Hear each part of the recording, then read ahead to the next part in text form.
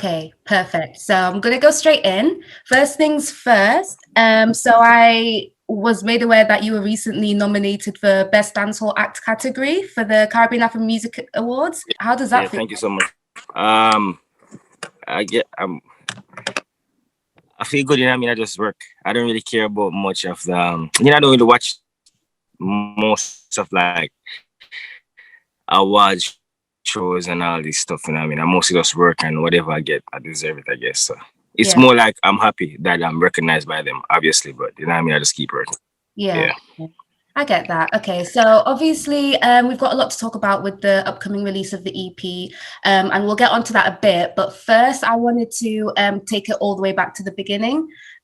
So obviously, you released your infamous hit single "Nobody Has to Know" back in 2013, which obviously catapulted you into mainstream music scene and gave you masses of international recognition.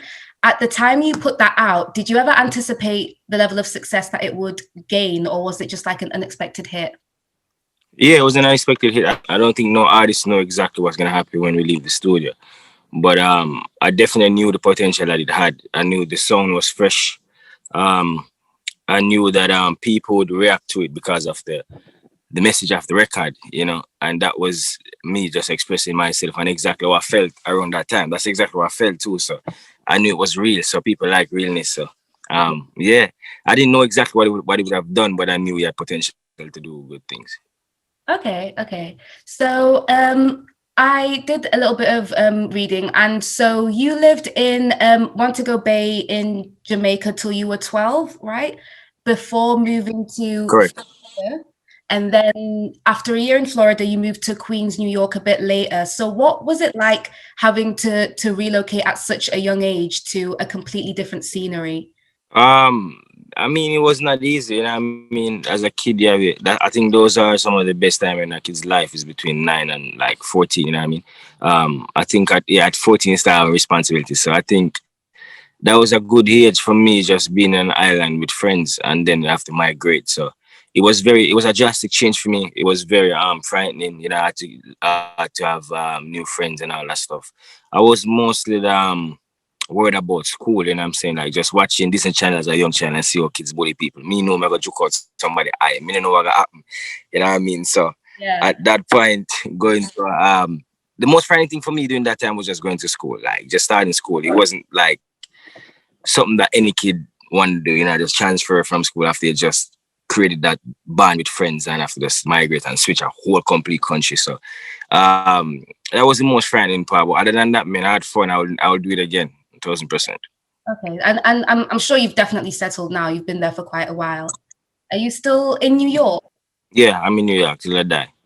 Okay, so so obviously New York is one of the world's like biggest Caribbean communities outside of the West Indies. So what was your experience like there within the music scene and as a dancehall artist in the area? That must have been really interesting to see, like a community outside of where you came from of the same type of people. Yeah, it was very shocking because I wasn't thinking about seeing any it's not like I'm gonna go in at 12. I'm thinking like, yo, I'm gonna go against other Jamaicans and I'm gonna go see other. That was never in the mentality. But when I got there, yeah, man, it was a lot of Caribbean people. A lot. You know what I'm saying? And funny enough, I felt still at home. I didn't feel like I moved much. I felt like I was still getting the Jamaican news. I was still getting the Jamaican music. I was still the food was still there.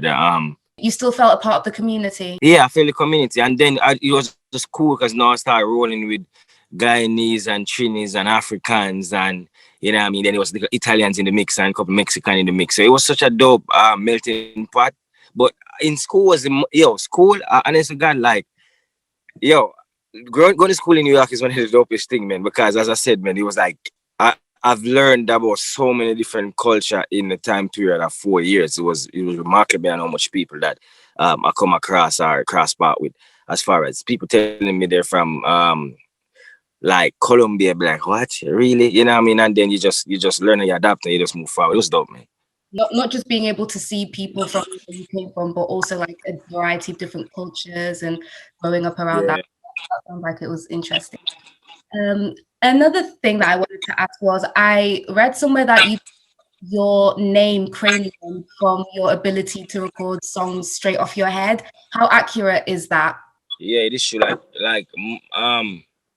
It's crazy, man. I talk about it all the time, and I feel like everybody freestyle, but like I done it on the level of like nobody else knows like 2 takes. I recorded Weekend freestyle. Yeah, it was 2 take. Weekend was just 1 take. Um, Oh my God. can't believe I was. I'm saying so.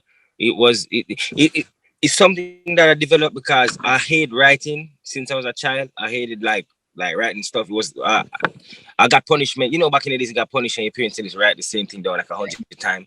I will not. I used to be one of them kids. Yeah, so I was one of them kids who um I was very vindictive. I was very yeah, I was very feisty. I was a feisty child. Since I was a kid, I was very feisty. So I always do what I want to do when I want to do it. So I'm always punished. So just me keeping doing that, I just hated writing. So when I got to the studio, um plus my uncle who's a veteran in dancehall music told me that music will become he used to call it nonsense music. It's just gonna be mumbling and just less words. So I just created in my mind that I wanted to like freestyle records and just express exactly how I feel. Because when I write it, I think I write the pain away. So I just always want to like let go the first thing that comes to my mind, and that's what I create. I don't even listen to the beat either. I never listen to the beat before a record. So like nobody's knows the first. Yeah. So explain to me how that works then. Do you like just go with the melody in your head and then you try and verbalize that to the producers? Yeah. So basically what I do is like if a producer be like, I have a beat and now asking me, you like the beat and say, I love the beat, I'll just tell him to upload the song and press record while the beat plays. I'm in the beat the first time while I'm singing. I never ever listened to the beat before. That is Yeah. insane. Like your level of creativity, it's over my head. I can't believe that. So a little bit onto the EP itself. So obviously you had your last major project, Midnight Sparks, back in 2019. So besides obviously the length, what do you think has changed with regards to your creativity between then and now? Do you think your approach to this EP has been different? Like, tell me a bit about the creative process behind that. Yeah, this so basically what happened. This EP Toxic is basically 5 records, 3 already released. Girl Policy. It has Through the Window, Black Traffic, and 2 new singles. It's called I'm saying Weekend. It's called Won't Judge and Toxic. For this, it's more like me like what's the word I'm trying to find? I'm elevating musically. Like there's so much thing creatively that I want to get done. And these 2 records was 2 records that left that I felt like, for the next EP doesn't need to be on the next EP and where I'm going. You know what I mean? It's like no, because I realize that it's sad, and I say this all the time, like I'm a musician, like I like to create music, and like if you listen to Weekend, no other Stamina, these records is like I spend a lot of time and like the creativity part of it. Just like if you look at my artwork, is always dope. If you look at the instruments in the beats, it's always dope. Um, this is more like a dumb down because I feel like people are like musicians, people that listen to music are they don't really what's the word? I don't think they appreciate a good body of work anymore like they used to back in the days. Mhm. You get what I mean? So this is more like, all right, this is what me I work with, and this is where I'm going with it. So like this is like a teaspoon of telling you where I'm going next with the next project. That's basically what it is. Okay, so Yeah. it's a bit like a teaser. Like I'm going to give you a bit, but I'm not gonna let you in on everything. It's only 5 records, but the next EP, I'm telling you, like honestly, like we have like a couple songs done already, and I'm like amazed. I'm not really amazed by my own project. I've never ever. I'm always nervous when I drop something, but like it's the first I've ever been so confident about a project. Which to the point I'm nervous for the next one too, cause like it's I tried some stuff, man, and it came amazing. And these 2 records, as I said, the new records and the EP for this EP, Toxic, has those it's very fun, it's very chill.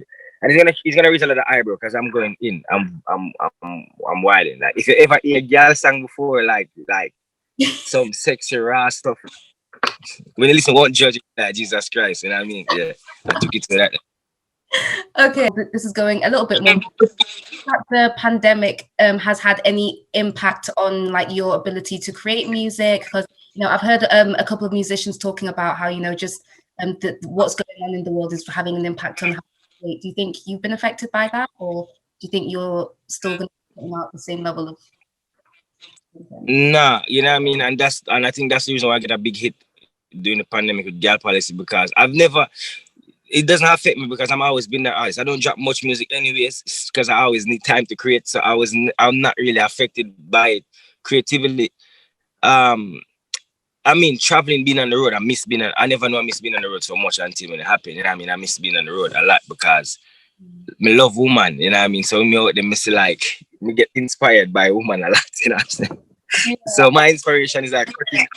But other than that, nah, I'm not affected at all, man. I feel like I even create more. Like I be in the studio just dropping melodies and like finding myself, know what I wanna do.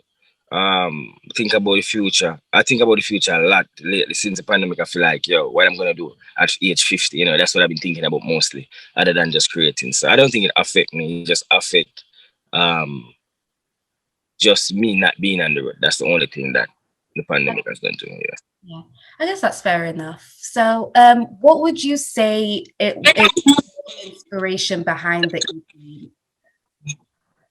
EP? As I said, just the inspiration behind it is mostly like just expressing myself and how I go about things, relationship. As I always relationship, I feel like I have the most relationship problems in the world. So I don't know if I'm the doctor of that shit, but for some reason I always find these records. But it's like a teaser. Honestly, it's 5 songs come on. You know what I mean? It's just a teaser of like what is next to come for Kranium. This is buying time. Like I'm giving y'all this. These are my top records that I love the most to my heart. I'm gonna give it to you guys in one. And you know, Yeah. get ready for setup for the next thing. It's like a layup for the next thing. Yeah. Okay. What is your personal favorite song on the EP? Mine's Won't Judge. What's yours? I'm sure all of them are Yeah, your one favorite. judge. Yeah, one judge is a shit. One judge is very. It's very. What I like about one judge is that it pushed the needle of me being, like if you really, I don't know if you like. I really wonder what people get from it. Like I would love to know what people actually get from it. I want to see the review. This is what I would love to see, the review of what people really get from one judge. One judge to me is it's very raw and it's very like what the hell is he saying? Like because I don't think people really get what I'm saying because I write it very slick. I did it very slick where I don't think they really get it. So you have like a mixed feeling in it. I don't know, but you reviewed it, so I don't know what you get from it, but I'll ask it after the year though, because I want to. Yeah. Okay. So, you have previously done, well, I have to ask this because I'm from the UK, but you've previously done a few collaborations with UK artists. Like I know you had a song with Chip, Kojo Funds, and Rich D2, for example. Is this something that we can expect in the near future? Like any more UK collaborations? Yeah, I just did a record for Steph London project that she's coming out with. Dope record, like thick, like it's like the sickest shit. And yeah, man, I still work with a lot of them. Be Young. Okay. Actually, I met Be Young. Me and Be Young in South Africa. I've worked with him before, and this is like the next record. Um, yeah, yeah, I'm always down to work with. Yeah, I love UK sound. UK, listen, I tell everybody, my favorite. That's one of my favorite places outside of my Really? city. Is yeah, I love London, man. I love. Why? Yeah. Okay, all right. What I love about UK, right, is this. Hmm. UK have there's 3 places on earth that I adore musically, where I think not just the musicians that make music, but the people have good ears for music. That's London, Jamaica, and Africa, and Nigeria, And Nigeria. Ghana. They have very great ear and music. For some weird reason, it's like God sprinkle that extra you know what I mean? That Mhm. that extra tone in their ears because when you go to UK, you see the people, whether it's black, white, no matter what race it is, you could find them at a show of a dancehall artist or a hip hop artist or a Afrobeat artist or a reggaeton. Other than like I feel like there's certain markets in the world where everybody's like separated on music. If you get where I'm coming from. Yeah, yeah. Like they're they are fans of their favorite artists, but they're still fans of their not favorite artists, and they still go see their artist that's not their artist. If that makes sense, it's so weird, I and I completely. love it. That's what I love. Yeah, I love that. Okay. Is there anyone in particular that you're listening to at the minute that you might have like in your playlist, or like who are you listening to right now? What I listen to right now? I listen to a lot of old school music now, and the reason why is because I'm getting gearing up for the next EP. So I don't really like to listen to anybody that's hot now because I don't want to be influenced by that sound. Okay. So I don't. If you ask me the top 5 records right now, I can't tell you. I'm being honest, straight up, because I just block my mind from it. I don't want to hear it. I don't want to, you know what I mean. And then after, then I go back to it. So I don't listen to anytime I'm creating. I don't listen to what's going on now. Never ever. Yeah, I guess that's sort of a good thing because then whatever you put out is you can't like compare it to what's already out there. So that's quite good. I always try to. Okay, so what about the dancehall scene? Like, are there any artists that you could put me onto? Like, is there anyone that's doing really well that you want to shout out? Yeah, there's a lot of artists that's doing good, man. I feel like dancing is in a great space. You have obviously Skilly Bang doing good. Um, Critical who's featured on Black Traffic. This guy in Projects is dope. Chevron. Chevron is coming out sick too, man. Like he has been in the game for a minute, but now he's like really getting the love that he deserves.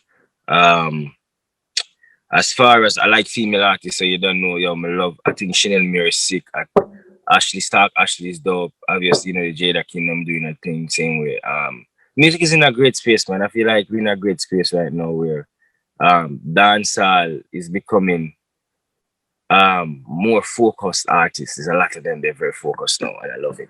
It make me feel like, damn, I gotta keep working harder, so yeah, man, he's in a good space. So those are the artists that, but as I said, I can't tell you really what I really go on because my eardrum is like, I'm trying to reset my eardrum and just listen to most of old school music. So that's where I'm at most right now.